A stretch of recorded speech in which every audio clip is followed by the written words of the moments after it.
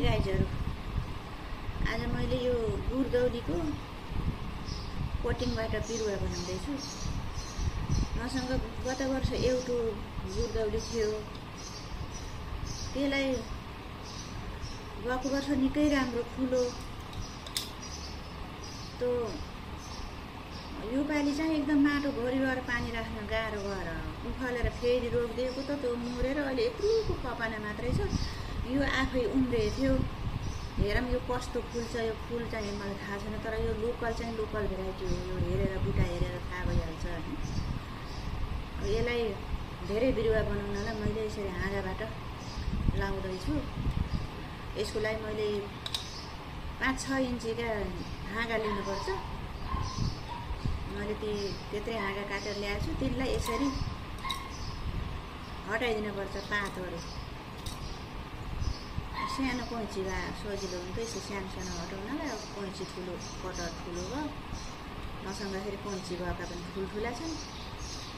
पात चाहिँ राख्दिन हुन्न, यसरी हटाइदिनु। मैले यो दुईटै मनटा राखेँ, मलाई फाल्न मन बदलाएर यसरी।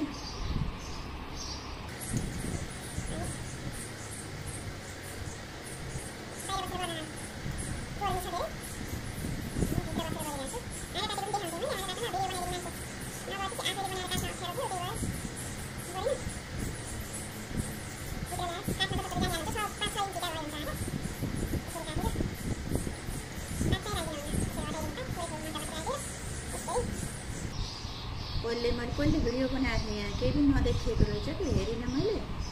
त्यही भएर मैले 3टा फेरि काटेर ल्याएको यो देखाउनको लागि। यो मैले 2, 3, 4, 5, 6वटा त मैले पहिले रेडी गरिसकेको छु। त्यसमा 3टा थपेँ। यिनी अलिक थोरै साना छन्। 6, 3, 9वटा भयो। अब यसले 9वटा बुटा मदर प्लान्टसित 10वटा बुटा रेडी हुने भयो। अब यहाँ यो बिरुवा यो 12 मासे, यसलाई के भन्छन् नाम। सेतो कलरको मैले राम्रो बुटो भइसकेछ। यो पिङ्क कलरको चाहिँ थिएन। सार्न मैले 4वटा बिरुवा ल्याएको। आज 3 दिन भयो सार्न भ्याएको छैन। यहाँ नसकेर भ्याएको छैन भन्दा पनि 2 दिन त बिमारी भएर सुतेँ। हिजो त झन् दिनभरि एकदम गाह्रो भयो। अनि यसरी पानीमा राखिरहेको छु गाइजहरु भयो नि। अब यिनलाई पनि मैले यसरी पानीमा राख्छु। एक दिन आजबाट भोलिसम्म पानीमा राखे पनि राम्रो हो। तर मैले चाहिँ अहिले 1.5 बज्यो अहिले दिउँसोको। मैले अब यिनलाई यहाँ राख्छु। साँझ चाहिँ म रोप्दिने हो, त्यति फरक पर्दैन। कसरी रोप्छु त्यो पनि म तपाईँहरूलाई देखाउँछु। अब भाँडाहरू हेर्नु। अब धेरै बिरुवा रोप्ने मान्छेले कति पुऱ्याउनु गमला। बिरुवा जमाउनुलाई त यत्र गिलास भए इनफ हुन्छ। कति राम्रो छ नि गिलास। त्यो पनबातिर घुम्न जाँदाखेरिमा लस्सी खाएका गिलास हो। यसमा यस्तो गरेका ढक्कन पनि थियो। ढक्कन के काम फालेर यो गिलास मैले लिएर आएँ गयो। अब यो चाहिँ वाकिङ जाँदाखेरि यहाँ बाटोमा भेटाएर यो पनि लिएर आएको। सबै काम लाग्छ। हामी बिरुवाहरू जमाउने मान्छेलाई एक बोतल काटेर रेडी बनाएको छु। 5वटा भयो। यसले 6वटा हुन्छन्। यसलाई पनि काट्छु। 9वटा बिरुवा छन्। यसले 7वटा हुन्छन्। गिलासहरू पनि छन्। यिनमा नराखेर गिलासमा पनि राख्न सक्छु। भित्र पनि छन्। अहिले चाहिँ यहाँ रेडी बनाएको छु। यिनी राख्ने बेलासम्म, जमाउँदासम्म, रोप्ने बेलासम्म केमा रोप्छु भन्ने कुरो। अब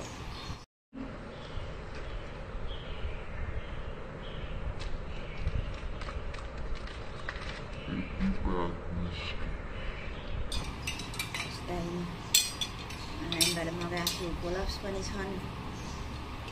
DIY पनि बनाउँछु नि त मैले। त्यही भएर स्टाइनीबाट यो अलिकति भाँचिएर गइसकेछ प्लेट। त्यही पनि काम गर्दैछ यसले। यो पनि भइहाल्यो। कैँची त यत्रो ठुला छन् कि गाइजहरु। पहिला गार्मेन्ट थियो, स्वेटर फ्याक्ट्री पनि थियो, गार्मेन्ट पनि थियो। त्यही भएर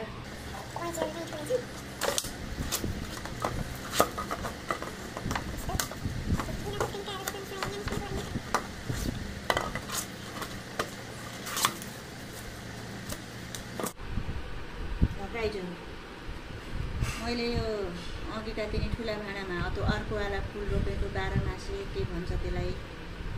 मैले यिनी पुरा यिनी सानो कपमा बनाएँ। 9वटा बिरुवा छन्। मैले 10वटा कपमा बनाएको छु। यो पनि एउटा कप फेरि केही रोप्नलाई काम लाग्छ।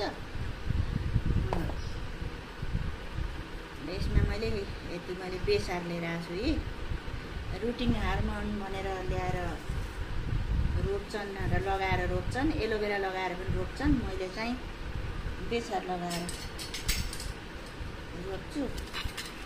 भिडियो चाहिँ बन्दै बन्दैन है। घरमा बसिएछु कुनै देखिए पनि छ कि लाइन आइज।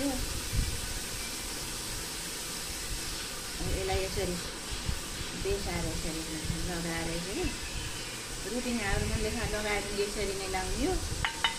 अनि बेसार लगाए पनि यसरी नै लाउने हो। अनि एलोभेरा लगाए पनि यसरी नै लाउने हो। अनि यसरी टक्क टक्क यसरी